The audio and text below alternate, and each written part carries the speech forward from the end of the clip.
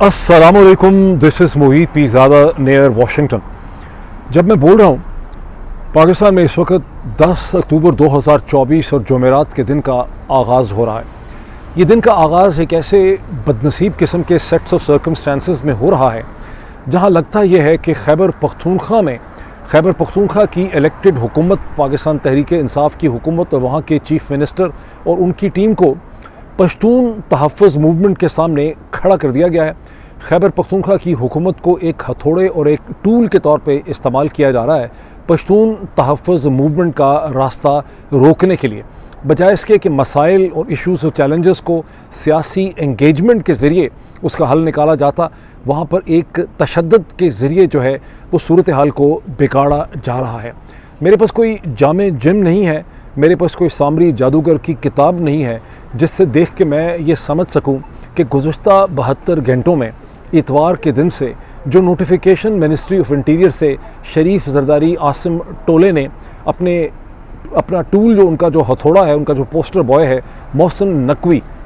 नकवी जो है, उसको इस्तेमाल करके उन्होंने ये जो सारी सूरत हाल अब पैदा की है पिछले 72 घंटों में, ये उन्होंने किसी पैनिक में की है। वाकई उन्हें इस किस्म के ख़तरात दरपेश थे जिसके नतीजे में उन्हें ये PTM के जरगे को 11 अक्टूबर के बैन करना पड़ा और ट्राइबल एरियाज़ और खैबर डिस्ट्रिक्ट के अंदर दफ़ा 144 नाफिज करनी पड़ी। वफाकी हुकूमत की तरफ से ज़ोर देना पड़ा IGP के ऊपर और चीफ सेक्रेटरी पे कि आप PTM के ख़िलाफ़ इक़दाम करें। क्या ये सब कुछ उन्होंने किसी पैनिक में किया है? क्या उनके पास कोई ऐसे ऑब्जेक्टिव सेट्स ऑफ सर्कमस्टेंसेस थे जहां इस किस्म के इक़दामात उठाने उनके लिए नागुज़ीर हो चुके थे, या उन्होंने एक साजिश की है ताकि खैबर पख्तूनख्वा के अंदर ऐसे लॉ एंड ऑर्डर के हालात पैदा किए जा सकें, एक फर्टाइल ग्राउंड और जस्टिफिकेशन बन सके अगले आने वाले चंद दिनों में, ये 2-3 हफ्तों के अंदर, कि आप ये कह सकें कि खैबर पख्तूनख्वा की हुकूमत अली अमीन गंडापुर की जो गवर्नमेंट है वो वहाँ के हालात पे काबू पाने में नाकाम हो चुकी है।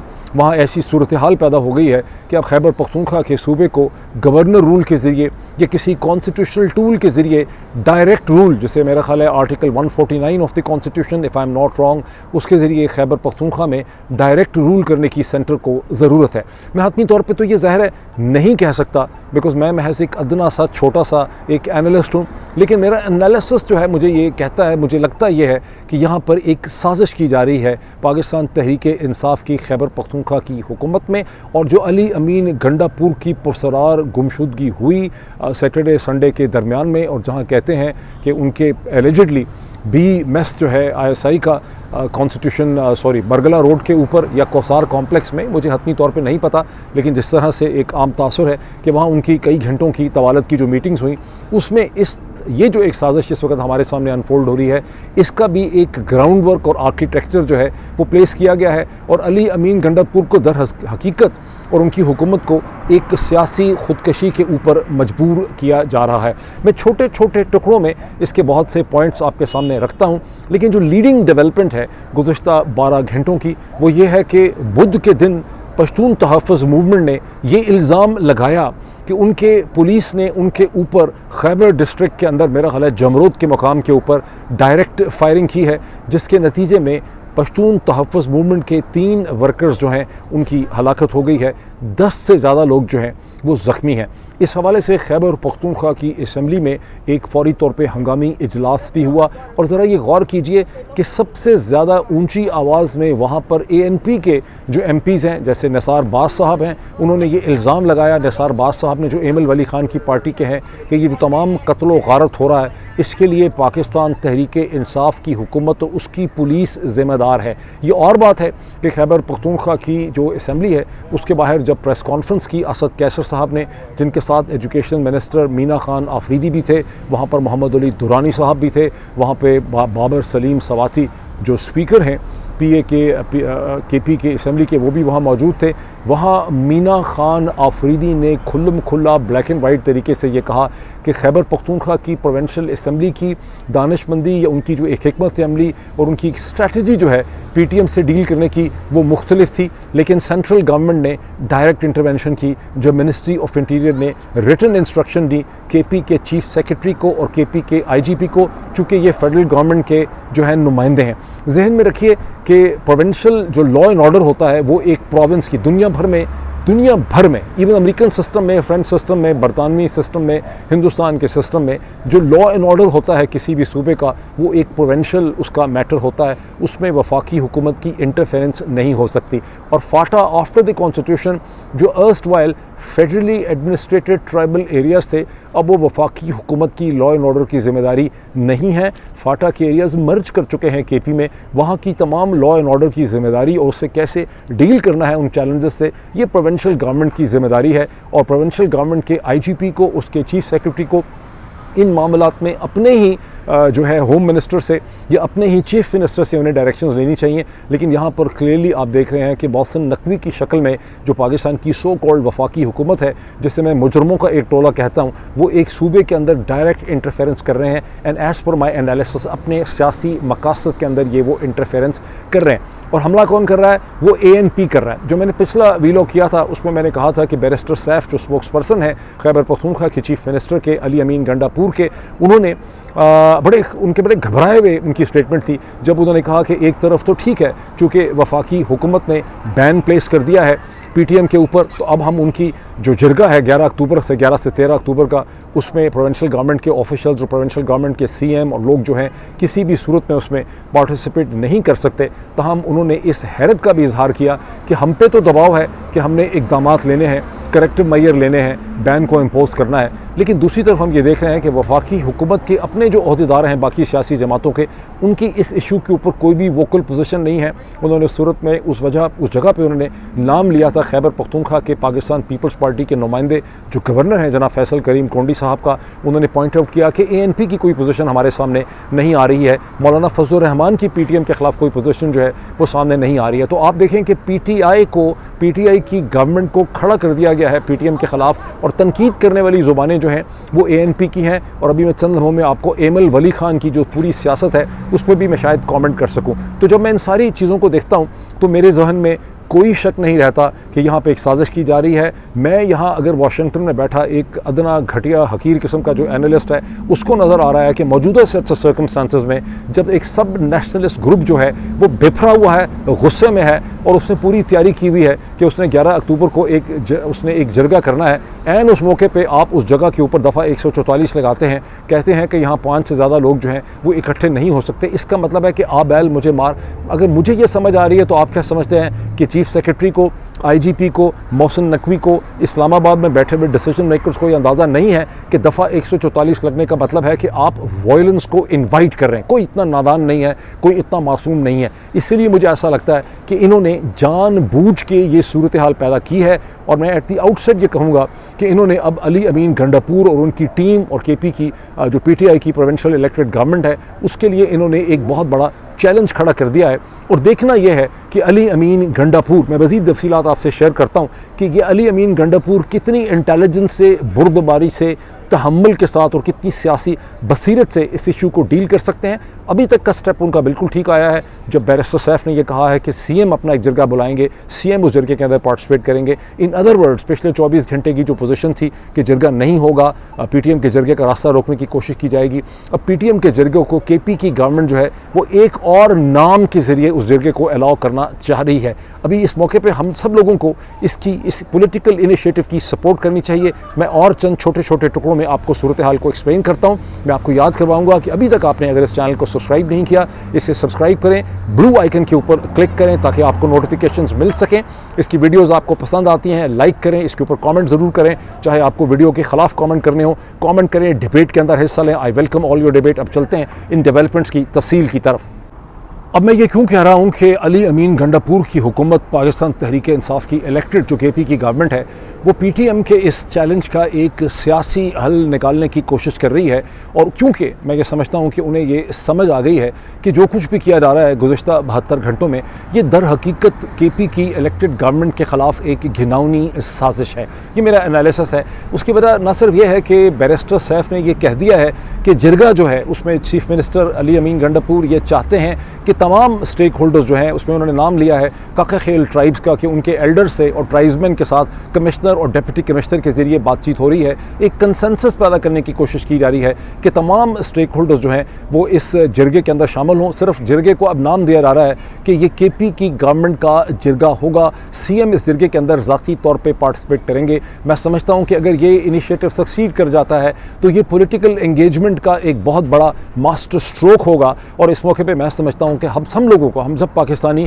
जो जहाँ कहीं हैं, पश्तून हैं, पंजाबी हैं, कश्मीरी हैं, गिलगित बल्तिस्तानी हैं, बलोचिस्तानी हैं, सिंध से हैं या उर्दू स्पीकिंग हैं, हमें इस पॉलिटिकल इनिशिएटिव को खुल के सपोर्ट करना चाहिए। पाकिस्तान की बार एसोसिएशंस को, पाकिस्तान के मीडिया को, पाकिस्तान के दानिशवरों को, ह्यूमन राइट ऑर्गेनाइजेशंस को, क्योंकि यही वो पॉलिटिकल इनिशिएटिव है जिसके ज़रिए you can save the day. अब इसकी देखें, सिर्फ ये नहीं हुआ, बल्कि जो दूसरा वाइस स्टेप है वो ये है कि वैसे तो पीटीएम ने जो इल्ज़ाम लगाया है, पाकिस्तान का जो मीडिया है, अंग्रेज़ी के अखबारात, उसमें ये नहीं छप रहा कि केपी की गवर्नमेंट ने ये कहा है या 3 लोगों की हलाकत हो गई है, 10 से ज़्यादा ज़ख्मी हैं। वहाँ ये लिखा जा रहा है कि पीटीएम जो है उसने ये इल्ज़ाम लगाया है कि हमारे 3 लोगों की हलाकत हो गई। यानी अखबारात में इतनी हिम्मत नहीं है कि वो कह सकें कि वाकई हलाकत हो गई है। लेकिन दूसरी तरफ से यह है कि एक हंगामी इजलास हुआ खैबर पख्तूनख्वा की प्रोविंशियल असम्बली का under the leadership of their speaker जनाब बाबर सलीम सबाती साहब। ये और बात अच्छा, मैं ये थोड़ा सा कहूँ कि मैं जब भी बाबर सलीम सबाती साहब की वीडियो फुटेज देखता हूँ, मेरी उनसे कोई मुलाकात नहीं है, कभी ज़िंदगी में बात हुई है, मुझे एक समझदार आदमी वहाँ पे नज़र आता है, मुझे एक वाइज आदमी उनकी शक्ल में नज़र आता है। उनके अल्फाज का चुनाव, उनकी जो एक कहते हैं ना कि face as an index of the mind, तो मुझे ऐसा लगता है कि एक समझदार आदमी है, एक सियासी बसीरत वाला आदमी है। बहरहाल हंगामी इजलास हुआ जहाँ पर मर जाने वालों के लिए दुआए मगफरत भी की गई और फिर वहाँ पर फैसला हुआ कि एक कमेटी बनाई जाए फौरी तौर पर केपी के लॉ मिनिस्टर जनाब जिनका नाम है आफ्ताब आलम आफरीदी साहब की लीडरशिप में, और ये कमेटी का इजलास होगा। अब जो दिन शुरू हो रहा है थर्सडे का, जुमेरात का, सुबह के 10 बजे 11 बजे इसका इजलास होगा खैबर पख्तूनख्वा की असम्बली के सेक्रेटेरिएट में। और इस इजलास के अंदर अभी इसके बाकी मेंबर्स जो हैं कमेटी के, उनकी कॉम्पोजिशन का अब तक जब मैंने देखी है आखिरी दफ़ा खबरें, तो उनकी कॉम्पोजिशन ऐलान अभी नहीं हुआ था। लेकिन मैं समझता हूँ कि जैसे ही पाकिस्तान में सुबह होगी 9 बजे के बाद इसकी कॉम्पोजिशन भी हमारे सामने आ जाएगी। इस कमेटी के सामने तलब कर लिया गया है, खैबर पख्तूनख्वा के इंस्पेक्टर जनरल पुलिस आईजीपी को बुला लिया गया है, चीफ सेक्रेटरी साहब को बुला लिया गया है, एडिशनल सेक्रेटरी को जो होम के हैं, और मेरा ख्याल है कमिश्नर साहब को भी बुलाया गया है। और उन्होंने आके इस कमेटी को ये ब्रीफ करना है कि ये किस तरह से हम इस किस्म के हालात में पहुँचे जहाँ पे अननेसेसरी इंसानी जान का नुकसान भी हुआ और एक खौफनाक किस्म की लॉ एंड ऑर्डर की सिचुएशन जो है वो पैदा हो गई। जहन में ये भी रखिए, इस बात को जहन में रखना बहुत ज़रूरी है कि पुलिस कब गोली चलाती है। पुलिस उस वक्त गोली चलाती है जब एक हजूम और एक क्राउड जो है वो बहुत बड़ा होता है, वो आपे से वो बाहर हो जाता है, वो इसे कहते हैं बिफरा हुआ हजूम होता है, और पुलिस अपने लाठी चार्ज के ज़रिए और आंसू गैस से उसे कंट्रोल जो है वो नहीं कर पाती। इससे आपको अंदाज़ा लगाएगा कि जमरूद के इलाके के अंदर, खैबर डिस्ट्रिक्ट के अंदर इसके वक्त किस किस्म की एक इमोशनल सब नेशनलिस्ट फीलिंग जो है वो पाई जाती है, जिसके ऊपर ये तशद्दुद और दहशत के ज़रिए उसे कंट्रोल करना चाह रहे हैं, बजाय इसके कि ये एक पॉलिटिकल एंगेजमेंट करें। अब यहाँ पर कमेटी ने जो सवाल पूछना है, ये मैं 1-2 पॉइंट्स आपको बताऊँ फिर मैं आगे चलता हूँ। कमेटी ने जो पूछना क्या है आईजीपी कमिश्नर से और चीफ सेक्रेटरी से कि भाई यहाँ तक हालात कैसे पहुँचे, तो वो हमें पहले ही पता है कि यहाँ तक हालात कैसे पहुँचे, बिकॉज अपनी असम्बली की सेशन और ब्रीफिंग के बाद वहाँ पर एक हर्डली कॉल्ड प्रेस कॉन्फ्रेंस भी हुई। खासी गुस्से की ये प्रेस कॉन्फ्रेंस थी जिसे असद कैसर साहब ने लीड किया, जो इससे पहले फॉर्मर स्पीकर रह चुके हैं पाकिस्तान की नेशनल असम्बली के। असद कैसर साहब के साथ मीना खान आफरीदी भी थे जो इस वक्त एजुकेशन मिनिस्टर हैं, उनके साथ बाबर सलीम सवाती भी थे, वहाँ पर मोहम्मद अली दुरानी साहब जो इससे पहले पाकिस्तान के इंफॉर्मेशन मिनिस्टर हैं वो भी इस प्रेस कॉन्फ्रेंस में देखे गए।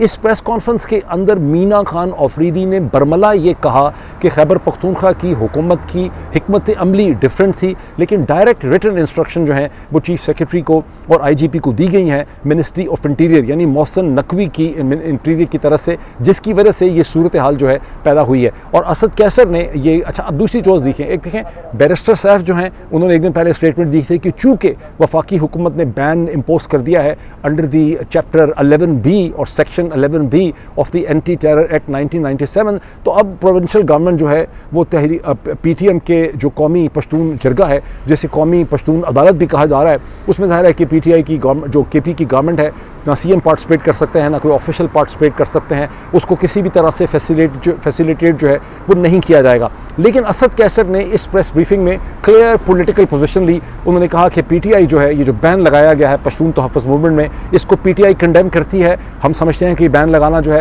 ये बिल्कुल गलत हुआ है। हमारी हिकमत अमली ये थी कि कंसेंसस पैदा किया जाए, PTM को एंगेज किया जाए और उनको मजबूर किया जाए, परसुएड किया जाए कि आपके जो कोई भी मुतालबात और डिमांड्स हैं उसे आप पाकिस्तान के आइन के तहत आप उसको पेश करें। और यही वो पॉलिटिकल अप्रोच है जिसको मैंने पिछले वीलॉग में अपने एनालिसिस में मैंने उस वक्त भी कहा था कि अगर आप प्रोविंशियल गवर्नमेंट जो एक इलेक्टेड गवर्नमेंट है KP की, उसको आप इस मसले और चैलेंज से अलग कर देंगे तो फिर तो तबाही है। लेकिन ये क्यों कर रहे हैं, जब आपका भी मतलब मैं आपके ऊपर भी छोड़ता हूँ फैसला करें कि ये मोहसिन नकवी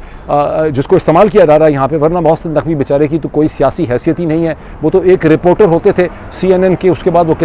कैसे इतने अमीर हो गए कि उन्होंने सिटी 42 कायम कर लिया। आसिफ अली जरदारी साहब के साथ उनका क्या रिलेशनशिप रहा है तारीखी एतबार से, इस वक्त वो जान साहब के कितने करीब हैं, ये तमाम चीज़ों पर आप खुद स्पेकुलेट कर सकते हैं। लेकिन कहने की बात यह है कि मोहसिन नकवी जो हैं, जो आज जिनको पाकिस्तान के अखबारात पाकिस्तान का सिक्योरिटी का जार लिख रहे हैं, उनका किसी किस्म का कोई सियासी बैकग्राउंड नहीं है। सियासी बैकग्राउंड उसका आदमी का होता है जो एक पहले वर्कर होता है सड़क गली मोहल्ले ये तहसील से, और आहिस्ता आहिस्ता अपनी पॉलिटिकल जद्दोजहद से ऊपर राइज करता है, कोई सियासी जमात बनाता है, तो उसमें स्ट्रगल करता है। मोहसिन नकवी का तो ये 2-2.5 साल से पहले कोई सियासी बैकग्राउंड था ही नहीं। बहरहाल ये जो कोई भी सूरत हाल पैदा की जा रही है, आप देख रहे हैं कि क्लियर शिज़म जो है वो डेवलप कर दी गई है between the Pashtun Tahaffuz movement and PTI, जिसमें अब इल्ज़ाम जो है वो PTI के ऊपर है, और इल्ज़ाम लगाने में सबसे आगे माशाल्लाह ANP है, और बाकी सारे इसमें खामोश बैठे हुए हैं। और उनके जो निसार बाज़ साहब हैं वो कहते हैं कि PTI की गवर्नमेंट रिस्पॉन्सिबल है इन डेथ्स के लिए।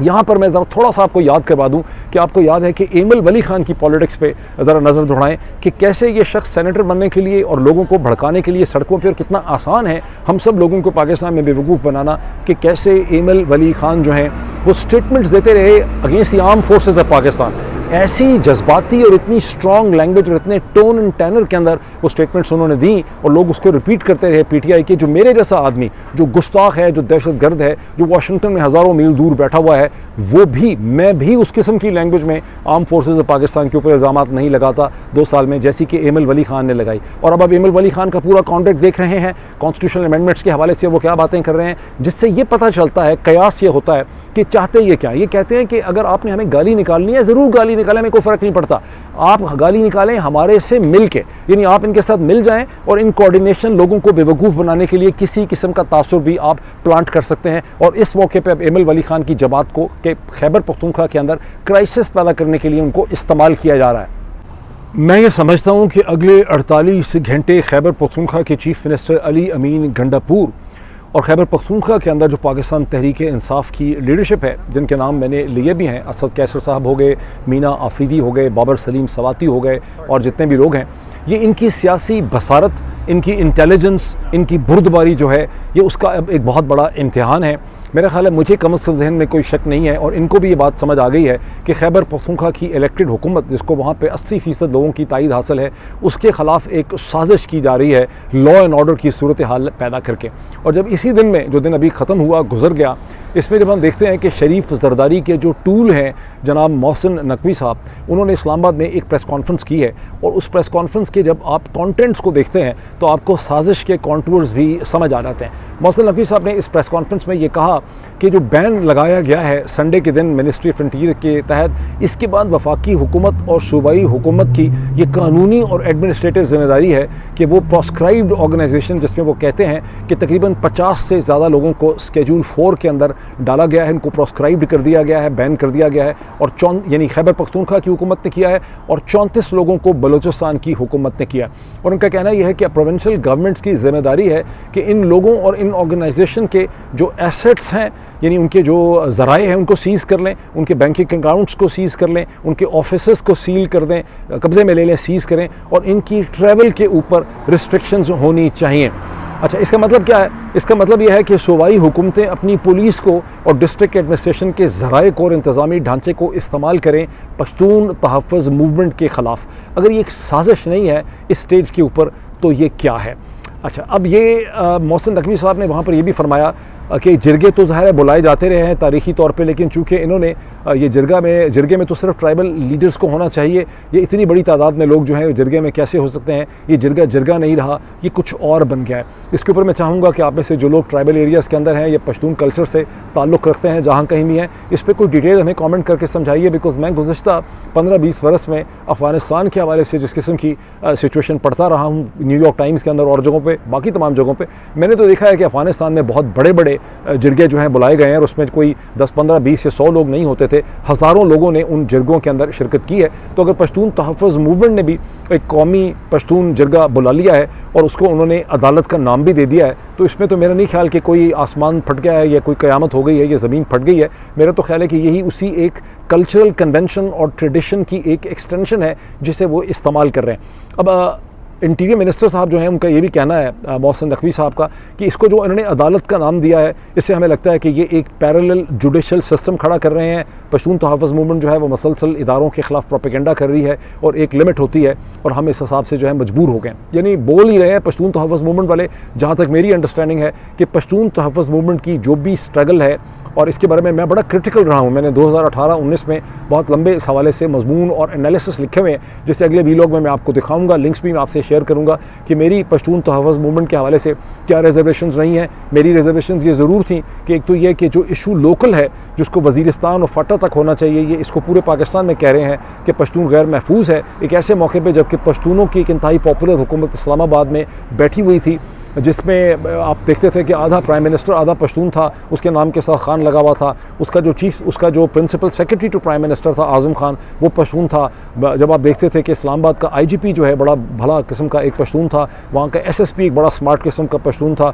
जब पॉलिटिकल लैंडस्केप के ऊपर आप देखते थे कि मुराद अली सईद एक पॉपुलर पाकिस्तानी पॉलिटिशियन आपको नज़र आता था, जब आपको मोहम्मद अहमद, क्या इनका नाम है, अपना शहरियार आफरीदी साहब आपको स्टेट मिनिस्टर इंटीरियर के नज़र आते हैं, अली मोहम्मद खान साहब आपको नज़र आते थे हर वक्त। तो उस लैंडस्केप के अंदर PTM का ये सौदा बेचना कि पश्तूनों को पाकिस्तान में मारा जा रहा है वाइडर लेवल पे और पश्तून शनाख्त जो है वो ख़तरे में है, मुझे लगता था कि ये बात जस्टिफाइड नहीं है। और उसके साथ ही जो चीज़ मुझे परेशानी की लगती थी वो ये कि कैसे न्यूयॉर्क टाइम, डोशे वेले, BBC, फाइनेंशियल टाइम, गार्डियन, ये सब ने साइमल्टेनियसली बड़े लंबे आर्टिकल लिखने शुरू कर दिए, वॉइस ऑफ अमेरिका ने, जो अभी तक नहीं हो रहा है इस स्टेज के ऊपर, बिकॉज अब ये सारे के सारे इंस्टीट्यूशंस के पीछे जो ताकतें खड़ी हैं वो इस वक्त शरीफ जरदारी आसिम रजीम के साथ जो हैं वो लिंक्ड हैं, इसलिए PTM को उतनी पजीराई नहीं मिल रही है इंटरनेशनल मीडिया में जितनी उस वक्त मिल रही थी। लेकिन ये एक वाइडर लंबी डिबेट है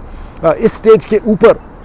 तो इम्पॉर्टेंट ये है कि जिस जिरगे की इन्होंने बात की है खैबर पख्तूनख्वा की हुकूमत ने कि 11 से 13 अक्टूबर के दरमियान ये जिरगा जो है वो हो जाना चाहिए। ताहम मोहसिन नकवी की प्रेस कॉन्फ्रेंस के साथ मैं आगे कर दूं कि मोहसिन नकवी कहते हैं कि इन्होंने इसको अदालत की शक्ल दे दी है। तो एक पिटिशन डाली गई खतीरुल्लाह नाम के एक शख्स की तरफ से, जो कहता है मैं रेजिडेंट हूँ खैबर डिस्ट्रिक्ट का, और ये उसने डाली है पेशावर हाई कोर्ट के एक डिवीजनल बेंच के सामने, जहाँ जस्टिस अतीक शाह साहब मेरा ख्याल है और साहिबजादा असद जो हैं उन्होंने एक ऑर्डर इशू किया है और कहा है कि PTM को अपना ये जिरगा डिले कर देना चाहिए, मनसूख कर देना चाहिए, और अगली समात उन्होंने 15 अक्टूबर तक लगाई है। और बेसिकली तौर पे डिले करने की कोशिश की जा रही है, ये इनका पुराना टैक्टिक है, चीज़ों को डिले करो। और वहाँ पर उसने खतीरुल्लाह जो है, ज़ाहिर खतीरुल्लाह कौन है आपके समझेंगे, खतीरुल्लाह GHQ ही है। तो खतीरुल्लाह की जो पिटिशन है वो ये कहती है कि ये जो जिरगा बुलाया जा रहा है ये डिस्प्यूटेड लैंड पे, इन्हें टेक्निकलिटी है, डिस्प्यूटेड लैंड के ऊपर ये बुलाया जा रहा है, और जब फाटा मर्ज कर चुका है KP के अंदर तो फिर आप नेशनल जिरगा वहाँ पे बुला ही नहीं सकते। This actually leads us to a very essential conflict between the process of law making.